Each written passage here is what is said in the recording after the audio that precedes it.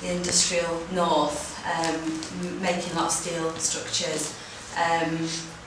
In the film, Entropy references work by Robert Smithson and his earthworks, which I sort of go into. So I'm doing a practice-led PhD at Northumbria in the visual art department, fine art department, and this was a kind of preliminary investigation. So it keeps freezing a bit. That's actually not supposed to happen, but it should start again. So this was like a preliminary investigation, and the title of my PhD is Investigating Space in the 21st Century Using Visual Art Strategies, so it's quite broad. So, Darlington, Middlesbrough, South Bank, Redcar. I get off at South Bank, the platform is silent.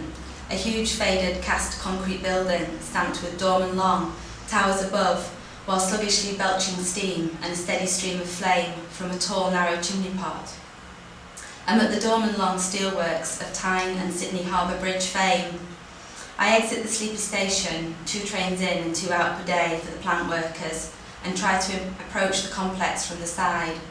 First I have to head away from the plant and circumnavigate a vast industrial estate. Then I take a left turn down a long, wide open road. To my right there is a huge area of flat scrubland, a cleared factory maybe. 2 white horses and a black donkey chew the cud. I tentatively photograph the site. Night is falling. I continue along the deserted road. Now to my left, beyond another wasteland, the factory is spreading out in front of me. I see the foundry flames and steam and water and wagons on rails, swishing up and down. It's like the building's been sliced through the middle to show me a textbook cross-section of a steel plant. To get nearer, I enter the wasteland and notice among the weeds and wild grass the remnants of a building foundation and concrete flooring. Again, I take out my camera and this time set it to video. In this environment, I feel terror. The scene before me is sublime. A voice in my head is saying, this is where they dump the women's bodies when they rape and murder them. A white van comes screeching down the road and I press myself against the railings of the field. I chastise myself for my ridiculous paranoia. I've travelled the world alone. Why is this place so irksome? Why is it so beautiful? Why is it so troubling? In 1967, Robert Smithson wrote an article for Art Forum about a trip he took to Passaic, New Jersey. Smithson picked up a cheap paperback copy of Brian W. Aldiss' Earthworks from a newsstand at the bus station as he left New York. Perhaps he wanted to see what earthworks meant to a novelist.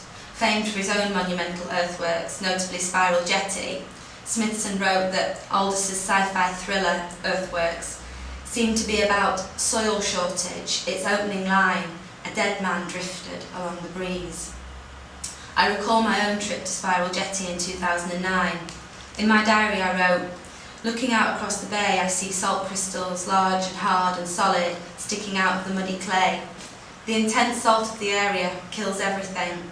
The perfect white bones of bird carcasses lay on the gleaming silver surface, and swaths of crickets and fly carcasses form perfect clusters. Rossall Point is beautiful, intense, a grey-white beach with metallic gleam and cool pink round salt pools flanked by hard white salt rings. Death embedded in sublime beauty. Is this place hell? I long for something called home, but I'd settle for the comfort of a lover. Rossall Point repulses and enchants me in equal measure. At the jetty I write a poem. She cried 1,000 years or more, cried out her demons and fears, and the sun beat down upon the shore, upon her salty tears. For a time her sea was still, upon her salty shore, and the violent sea, a deep blush red, obeyed to the deep sea floor. Upon the winds, upon the clouds, she called to life around. Come with me, stay with me, make love upon my ground. On the winds and on the clouds, they came from miles around, and struck by the beauty of the silver shore, made love upon her ground. The violent sea obeyed no more, and the clouds swirled all around. The coupling life was murdered, dead upon the ground.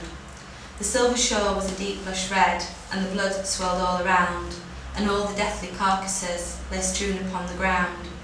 She cried 1,000 years or more, for the death upon her shore. The sea, a deep blush red, did batter her once more. Back in Passaic, with his cheap oldest paperback, the New York Times, and his Instamatic camera, Smithson was a determined tourist. Passaic sounds rather like Middlesbrough, a once thriving industrial heartland, the home to the new monuments of recent history.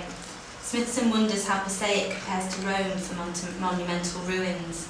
This mock tour examines the philosophical position we take regarding our own historical period and questions how we understand environments that we relentlessly develop that carry with them a pathos of inevitable decline.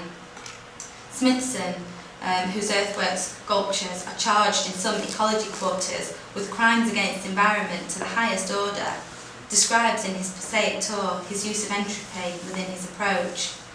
He says of the buildings that rather than falling into ruin, they rise into ruin, that as a culture we are caught within an inevitable process of decay that we not only fail to embrace but refuse to recognise.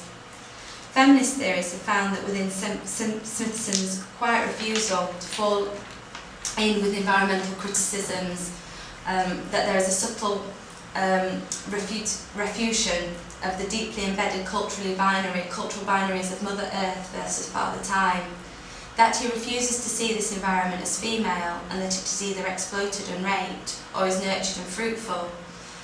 This shift in the focus of how we theorise and therefore narrate landscape is refreshing and needs to be upheld. Smithson shifts the frame, an expression borrowed from the literary theorist Pat Waugh on her work on metafiction. Within the text of Passaic, Smithson evolves the frame of time, suggesting that he has been to the future because the future is written in the now. He writes, "After that I returned to Passaic, or what was the hereafter. For all I know, that unimaginative suburb could have been a clumsy eternity, a cheap copy of the city of the immortals. But who am I to entertain such a thought? I walked down to a parking lot that covered the old railway tracks, which at one time ran through the middle of Passaic.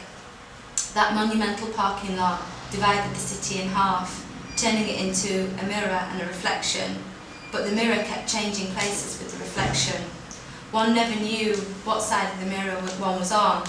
There was nothing interesting or even strange about that flat monument, yet it echoed a kind of cliched idea of infinity. Perhaps the secrets of the universe are just as pedestrian, not to say dreary. Everything about the site remained wrapped in blandness and littered with shiny cars.